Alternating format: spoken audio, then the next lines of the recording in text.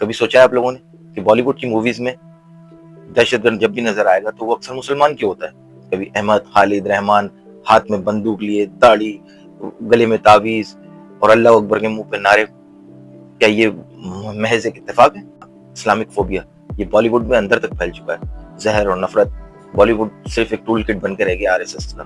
جہاں کبھی مسلمان پہلے محبت، قربانی کی علامت سمجھے جاتے تھے، وہیں آج بالی ووڈ میں ان کو خوف، دہشت اور نفرت کی علامت دکھایا جاتا ہے. کیونکہ بالی ووڈ اب RSS کا ٹول کٹ بن چکا ہے. وہ RSS کا ایجنڈا لوگوں کے ذہنوں میں مووی کے ذریعے زہر گھولتا ہے اور ان کا برین واش کرتا ہے.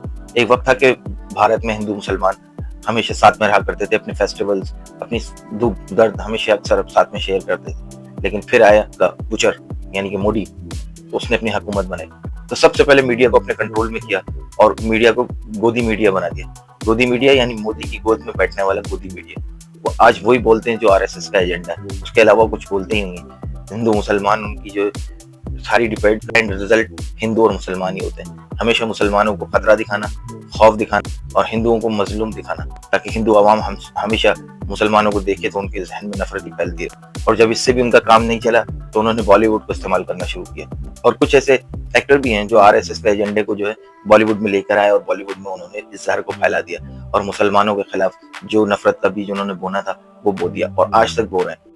اگر آپ بالی ووڈ کی موویز دیکھیں تو اس میں اگر کوئی مسلمان ولن ہوگا تو یا تو وہ پاکستان سے ہوگا یا کسی مدرسے سے ہوگا.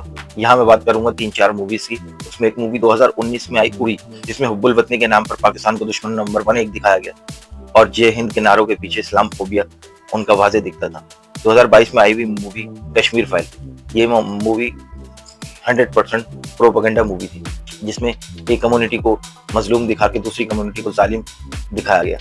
2023 میں آئی مووی دی کیریلا اسٹوری. یہ اسٹوری ٹوٹل پروپیگنڈا اور فیک تھی.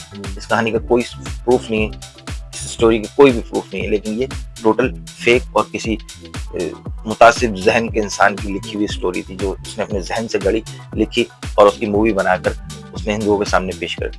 انہوں نے 3 طلاق کا ایشو اٹھایا اور اس پہ ایک مووی بنائی اور مسلمان شوہر کو ظالم اور عورتوں پہ ظلم کرنے والا، بیوی پہ ظلم کرنے والا دکھایا.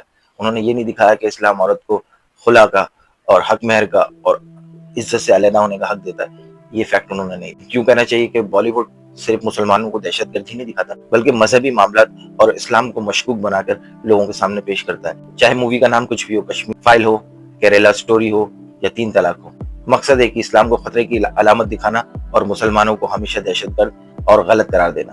اب سوال ہے کہ کیا یہ صرف ایک سٹوریز ہیں؟ نہیں. یا یہ ایک پلان کا حصہ ہے، برین واش کا حصہ ہے؟ تو جی ہاں، یہ برین واش کا حصہ ہے. موویز کے ذریعے آپ کا برین واش کیا جا رہا ہے. جب مودی ہٹلر کا پیروکار ہے.